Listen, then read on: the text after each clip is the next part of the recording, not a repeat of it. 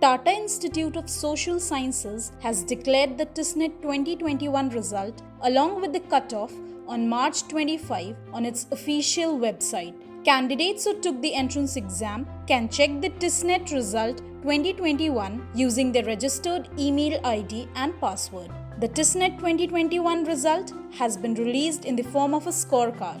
Candidates should check out this video to know the step-by-step procedures on how to check the TISSNET result 2021. Step 1. Visit the official website tiss.edu.